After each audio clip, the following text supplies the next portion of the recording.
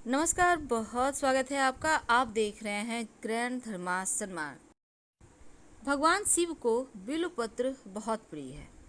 मान्यता है कि बिल्वपत्र के प्रयोग से सारी मुसीबतें टल जाती है और शिव जी की कृपा पाने के लिए मुसीबतें जीवन में परेशान ना करें, इसके लिए शिव जी को बिल्वपत्र अर्पित किया जाता है। अगर आप अपने जीवन की विपत्तियां समाप्त करना चाहते हैं तो शिव जी को बिल्वपत्र जरूर अर्पित करें। लेकिन क्यों? देखिए, शिवलिंग पर जब आप बिल्वपत्र अर्पित करते हैं तो जीवन की बहुत सारी मुश्किलें समाप्त हो जाती है। पर बिल्वपत्र अर्पित करने की कुछ सावधानियां हैं, क्योंकि गलत तरीके से अर्पित करते हैं तो पूजा का फल नहीं मिलता। और साथ ही बिल्वपत्र खाने से क्या होता है, चलिए जानते हैं विस्तार से। एक बिल्वपत्र में 3 पत्ती जरूर होनी चाहिए, 4-5 भी हो सकती है, बहुत अच्छी बात। और जब आपको 4 या 5 पत्ते वाला बिल्वपत्र मिले तो शिव जी को अर्पित करके उसको संभाल कर रख ले, जीवन में खुशियां बढ़ती जाएगी। याद रखें कि बिल्वपत्र कभी भी टूटी फूटी भी ना हो, छेद ना हो, ना ही दाग धब्बे हो। और जब बिल्वपत्र अर्पित करें तो जो बिल्वपत्र का डंठल है उसमें मोटा सा हिस्सा होता है, उसको तोड़कर हटा दें।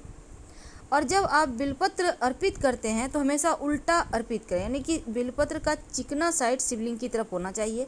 और बिल्वपत्र अर्पित करने के बाद जल जरूर अर्पित करें। आप एक ही बिल्वपत्र को चढ़ाकर फिर उठाकर फिर जल से धोकर फिर चढ़ा सकते हैं, यानी बार बार चढ़ाया जा सकता है बिल्वपत्र। बिल्वपत्र बिना जल के अर्पित नहीं करना चाहिए। आप चाहें तो लोटे में डालकर ही जल में अर्पित कर दें तो वो और अच्छा होगा। अब देखिए, बिल्वपत्र के बहुत सारे प्रयोग होते हैं।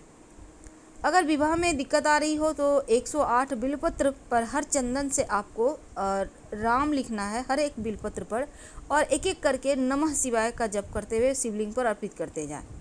शीघ्र विवाह की प्रार्थना करें, आपके विवाह शीघ्र होंगे।